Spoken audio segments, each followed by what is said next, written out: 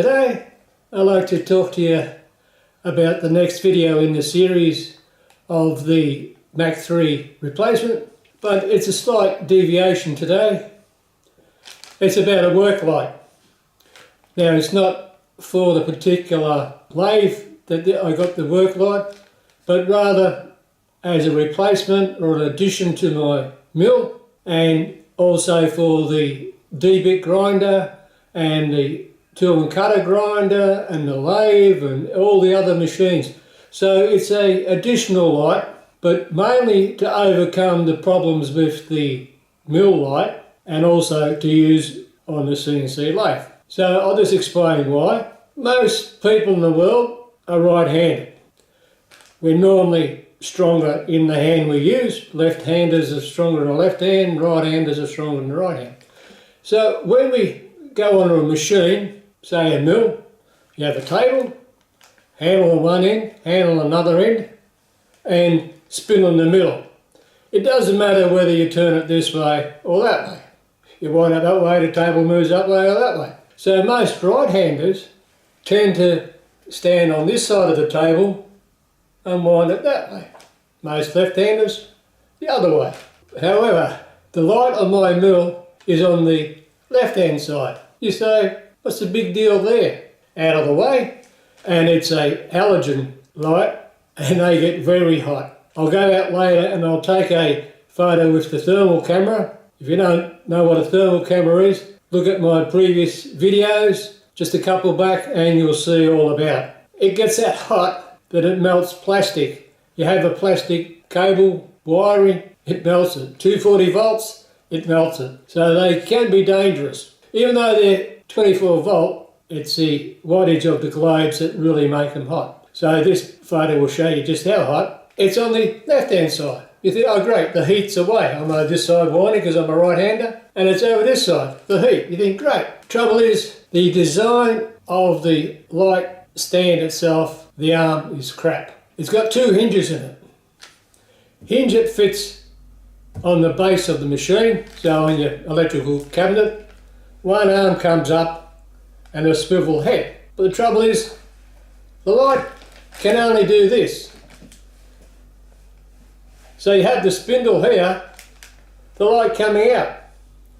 So it can't look on the way I'm looking. So you're like a rabbit in the headlights or a deer in the headlights.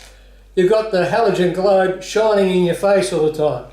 And you're trying to just take a whisker, a cut, just a touch, and you're looking and you're trying to see, and it's creating a black shadow in the bright eyes. So it's very difficult to see for accurate, intense work. I have made up another light boom that hangs down, but it was only temporary. And I said, right, I'll get rid of that. And I thought I'd put on the other side, but then you have to drill through the casting of the machine, and then the wires and all this sort of stuff. So I said no. And the design was not that great. So I was looking for a double hinged arm. So you can put it up there, down there, around there, back there, over here. And I thought, great, get one of them and replace it. So I was on eBay looking for my favourite supplier, El Cheapo. I wanted a LED light. You can buy a LED insert for these halogen ones, but they're fairly expensive. You can buy a complete LED light instead. So that's what I did. And if you look at my D-bit grinder video, you see that comes with a light,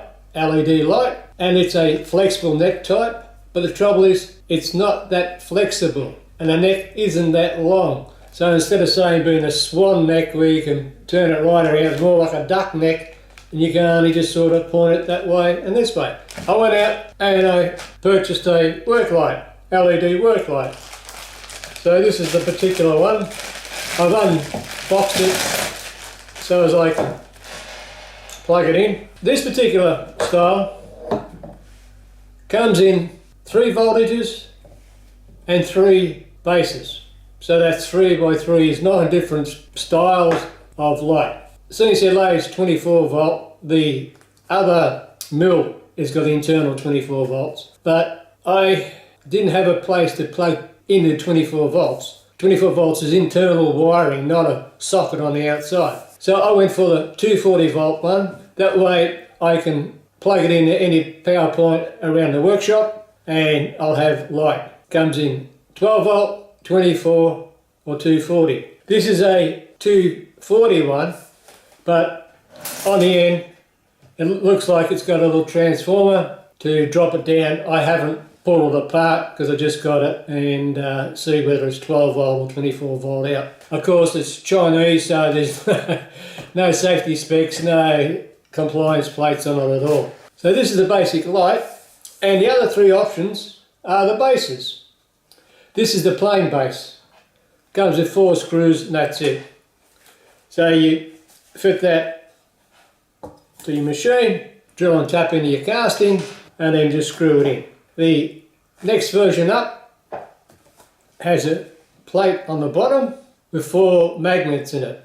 Now they look like about a 3/8, 9mm, 10mm little magnets in it. And if you've watched enough of my videos now, I've told you which way magnets work, which way they're more powerful, which way you should have them. So if you haven't, look through the other 200 odd videos and you'll soon learn. So I thought that'd be alright, but that's fine if it sits in that position without much weight.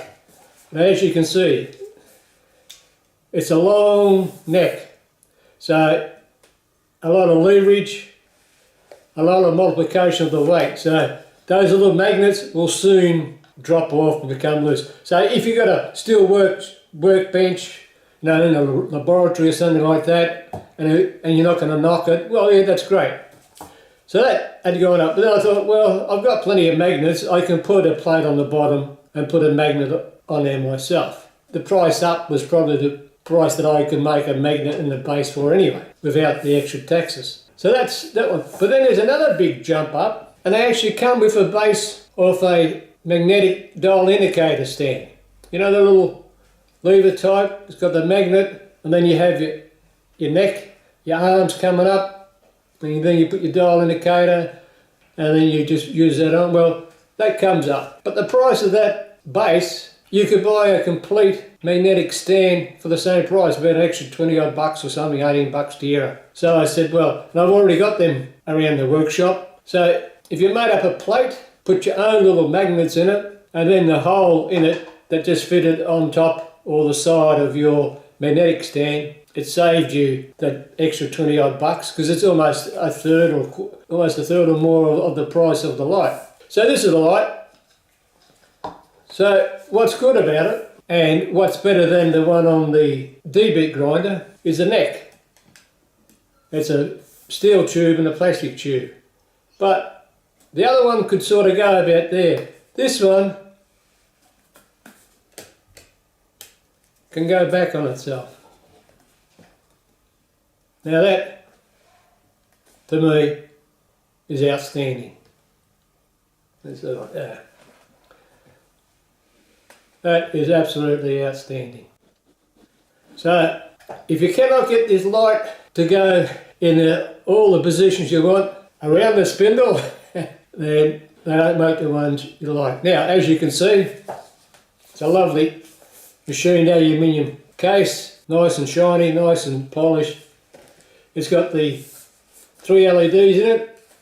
Now, what sort of pattern do we have? Got the little on-off switch. So there's a pattern. How bright?